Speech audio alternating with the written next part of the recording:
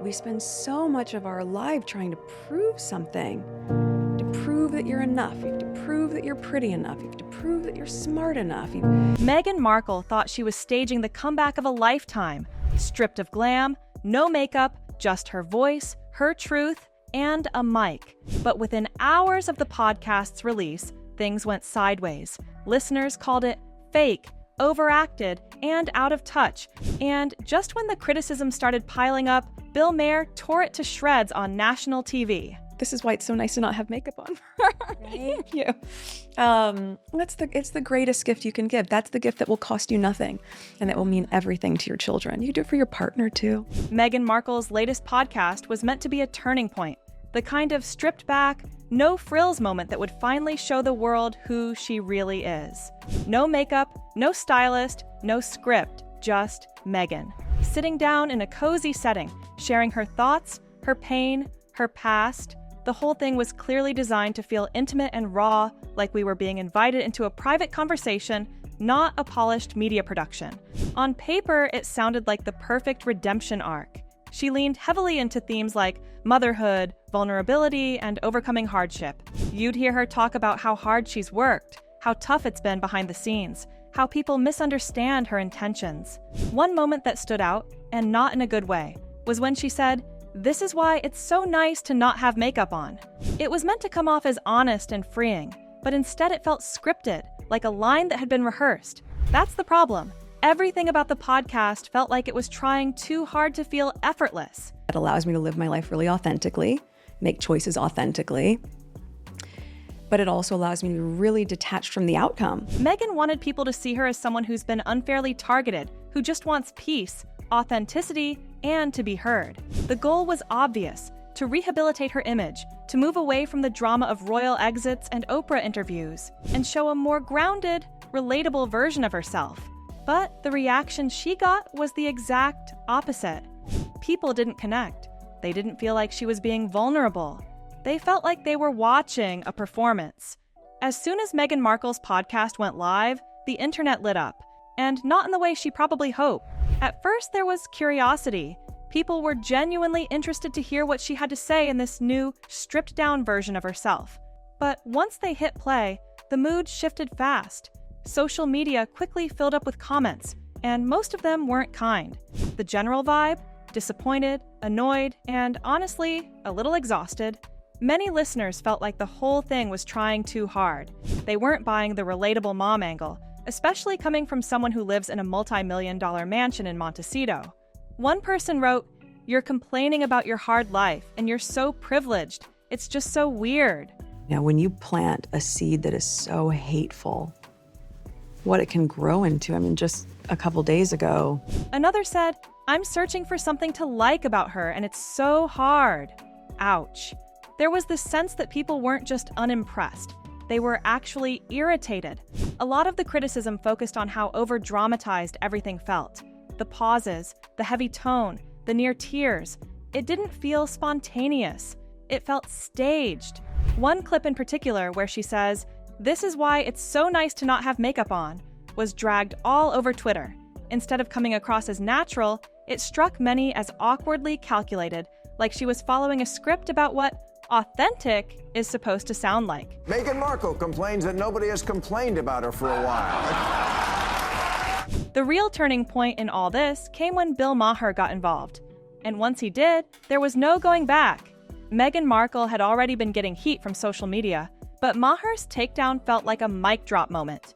He didn't just throw shade, he lit the whole thing on fire. In typical Maher fashion, he cut through all the fluff with brutal honesty and sharp sarcasm, saying what a lot of people had been thinking but weren't bold enough to say out loud. He made fun of how overly dramatic and self-absorbed the podcast felt.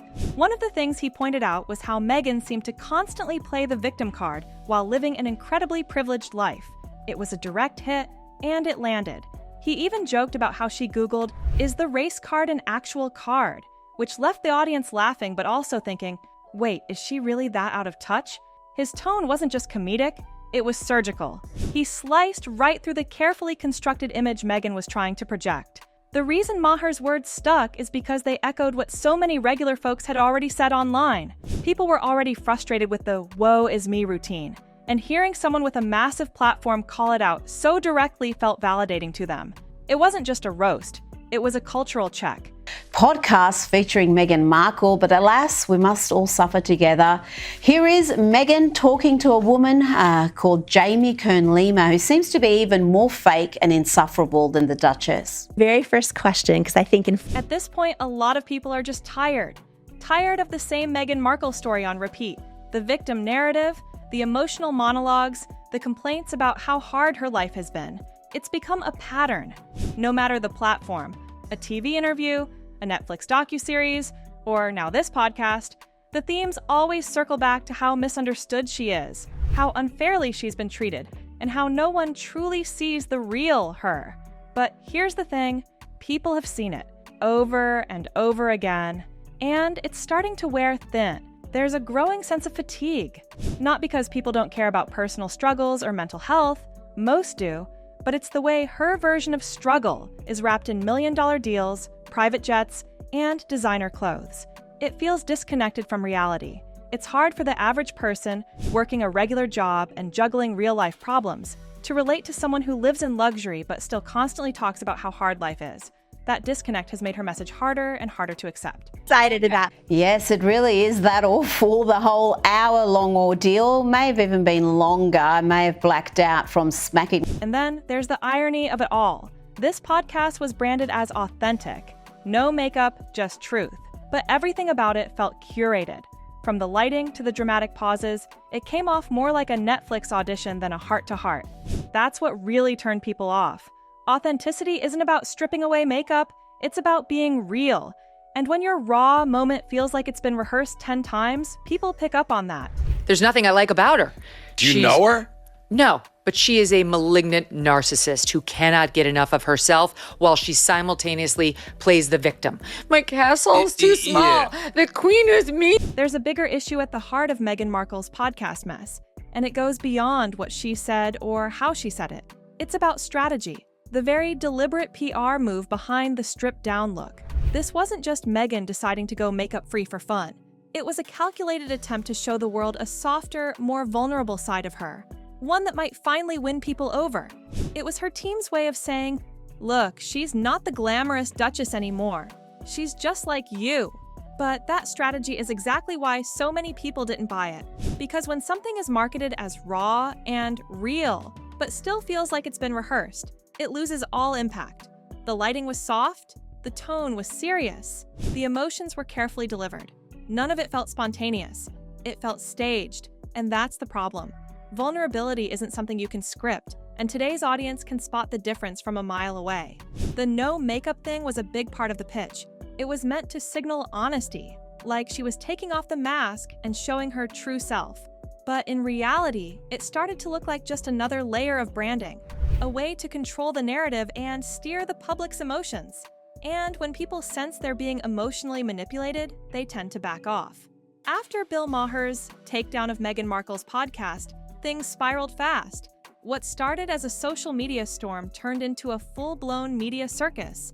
His harsh but pointed remarks didn't just stay within the bounds of his show, they were picked up by major news outlets across the globe. Headlines started rolling in, dissecting every word he said, every moment of the podcast, and questioning whether Meghan's authenticity was just another act. Suddenly, everyone had something to say, and most of it wasn't good. So, what are your thoughts on this? Let us know in the comments below.